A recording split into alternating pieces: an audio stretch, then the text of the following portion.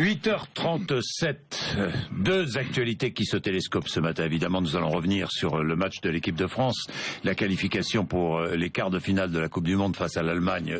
Ce match se jouera vendredi à 18h. Nous ne raterons pas l'événement, évidemment, et Roland Courbis est avec nous, ainsi que Daniel Riolo. Messieurs, je vous retrouve. Bonjour. Bonjour. Rebonjour, Roland, rebonjour. Vous étiez avec moi sur RMC tout à l'heure. Daniel, bonjour. Donc, vendredi, on va parler du match d'hier, on va parler du match de l'Algérie, on va parler de l'Allemagne, évidemment. Et puis, il y a la deuxième affaire, c'est la mise en examen de Nicolas Sarkozy. C'est la première fois qu'un ancien président de la République est mis en examen. Pourquoi est-il mis en examen? Eh bien, les juges cherchent à savoir. L'affaire commence au printemps 2013. Plusieurs proches de Nicolas Sarkozy ont été placés sur écoute dans l'enquête libyenne. Claude Guéant, Brice Hortefeux, mais aussi Michel Gaudin, ancien patron de la police nationale et ex-préfet de police de Paris. Ce dernier qui a suivi Nicolas Sarkozy après la défaite de 2012 pour devenir son directeur de cabinet tient plusieurs conversations qui interpellent les enquêteurs.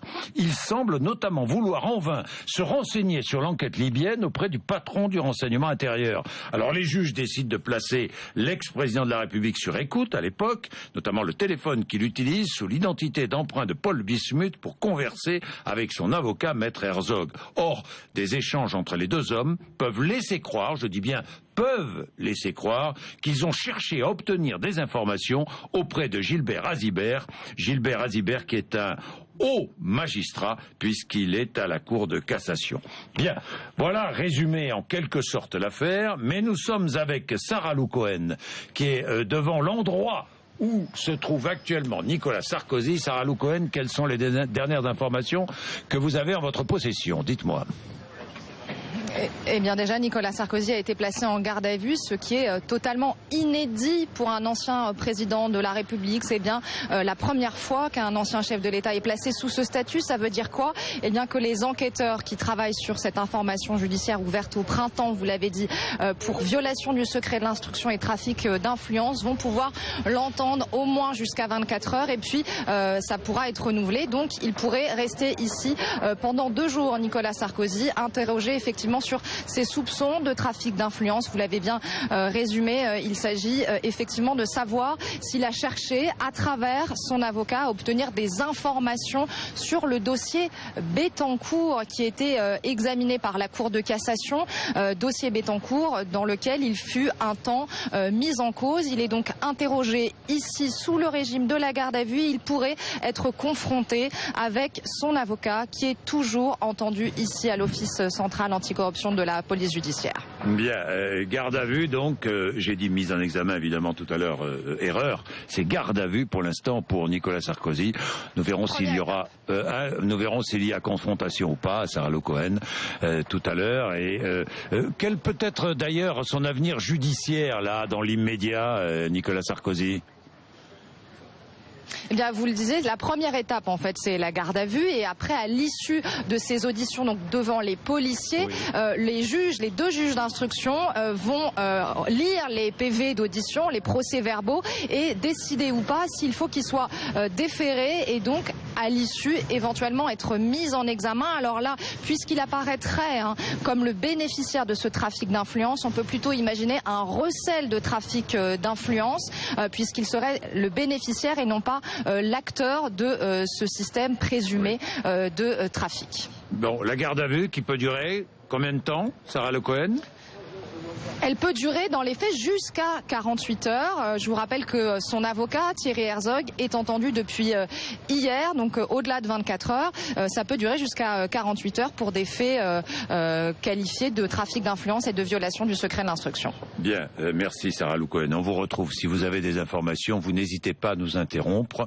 Je suis avec Roland Courbis. Je ne vais pas vous parler de garde à vue parce que vous avez vécu la garde à vue. C'est pas facile, les gardes à vue. Je m'en rappelle, là, par contre, au niveau d'un match, sur le plan intellectuel, c'est vraiment un match. C'est vraiment un match. C'est difficile à vivre. Très compliqué parce que les personnes qui vous interrogent sont des personnes très compétentes, qui évidemment connaissent le dossier leur métier. Oui. Et souvent, je leur dis en garde à vue, j'aurais pas voulu vous avoir comme entraîneur de l'équipe d'en face, parce que votre équipe, elle aurait bien été organisée quand même. Hein. Ça vous fait rire, vous, Daniel Riolo. C'est peut-être là qu'on va recruter les entraîneurs de Ligue 1. Ah, sur le plan intellectuel, toi qui recherches les idiots, souvent là, tu en trouves pas, je te le dis. Oui. Bon, vous voyez que ça se télescope. C'est bien ce que je disais tout à l'heure, ça se télescope. Bon, revenons sur le match d'hier. Le match d'hier, cette qualification. C'est une qualification pour moi après un match raté. 80% du match a été raté. Et moi qui suis déjà optimiste depuis le début, c'est vrai. Mais si on continue comme ça et qu'on se qualifie même le jour qu'on rate un match, pourquoi et comment on va faire pour ne pas aller au bout? Oui.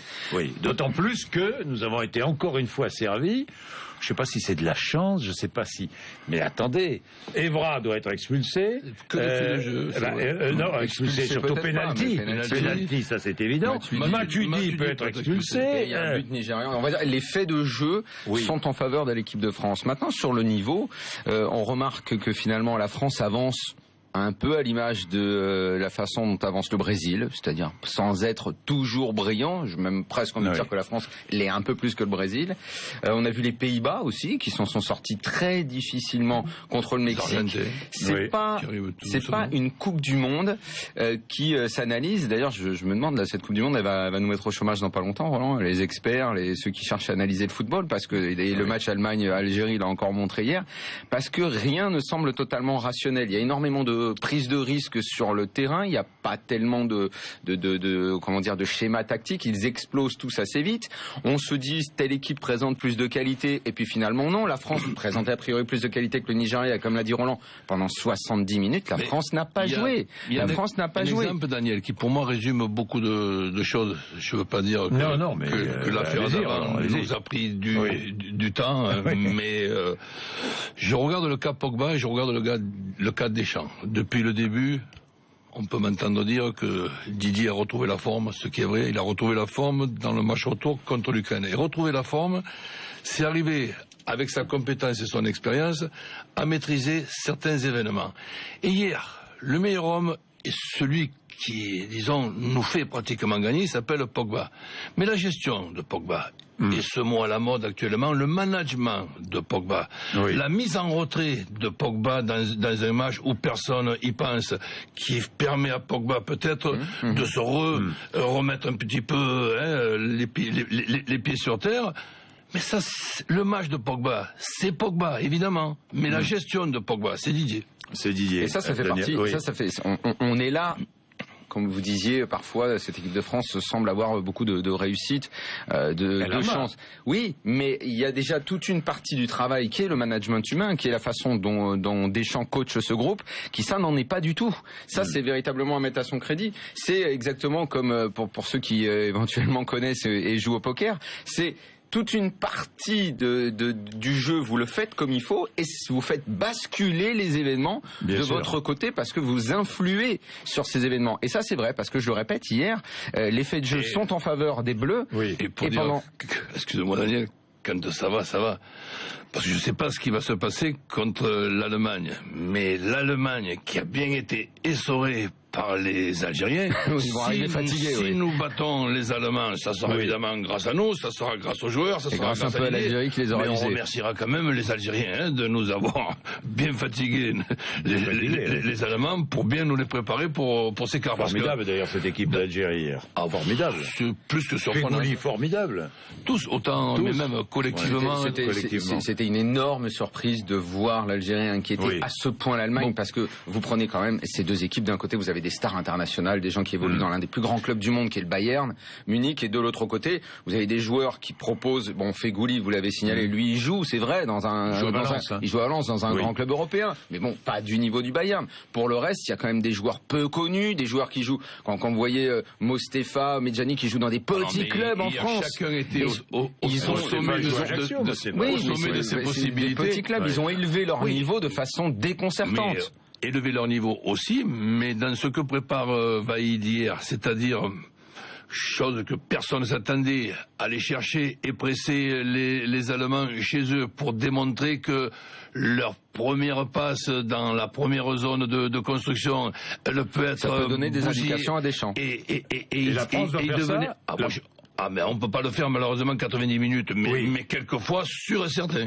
Ça c'est sûr que c'est donc les deux attaquants français qui n'ont pas beaucoup bougé hier soir. Pardonnez-moi. Benzema et Giroud. Ils ratent leur match tous les deux. Ils ratent leur match tous les deux, qui n'ont pas beaucoup bougé, devront jouer autrement. Enfin, je ne sais pas si Giroud jouera, parce que Griezmann a fait une rentrée. Plus de mobilité. Oui, mais Griezmann il apporte plus de mobilité aussi. En rentrant, ce qui ne veut pas dire...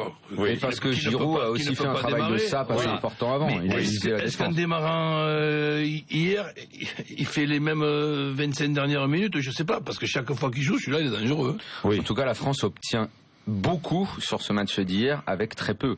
Un quart d'heure de jeu, 2 buts, c'est assez avec une équipe nigériane fatiguée évidemment dans le qui s'est fatiguée au fil du temps et qui surtout n'a pas su profiter de sa supériorité, de sa domination, parce que finalement il se créait peu d'occasions. Ils avaient le ballon, ils mettaient tout le temps en difficulté les Français dans le jeu, et les Français ont résisté pour finalement... Le but qui marque... qui est d'ailleurs un joli but, on est hors de position, on a été hors de position plusieurs fois, on a été à mauvaise distance de marquage plusieurs fois, mais 99 fois sur 100, il est accordé ce but-là. Oui. Même si après, au 3e ralenti, on m'explique qu'il y a 8 cm demi dans le jeu. Là, je dis bravo. Ça fait partie des faits de jeu favorables. Dites-moi, mais voilà une équipe de France qui a été exceptionnelle face à la Suisse. Mais vous l'avez souligné, Roland, je me souviens, tout a démarré après un fait de jeu, après la blessure d'un des défenseurs suisses les plus importants, à 0-0. Vous avez raison. Contre le Honduras. Contre le Honduras. Tous les événements tournent en faveur des Bleus. Mais on a tous ces événements, même l'arbitrage. Je ne vais pas dire que c'est grâce à l'arbitrage qu'on se retrouve en quart de finale. Ça fait partie de l'histoire d'un match, et dans l'histoire du match, les tournants sont souvent en faveur des Bleus. On peut revenir aussi au tirage au sort. Honduras, Suisse, Équateur. On peut revenir aussi sur le calendrier de ce tirage au sort. Le Honduras au premier match, la Suisse au deuxième. Et dans toutes les avant, il y a 2-3 joueurs allemands qui risquent de glisser en sortant des vestiaires. Et les gastros. C'est contagieux.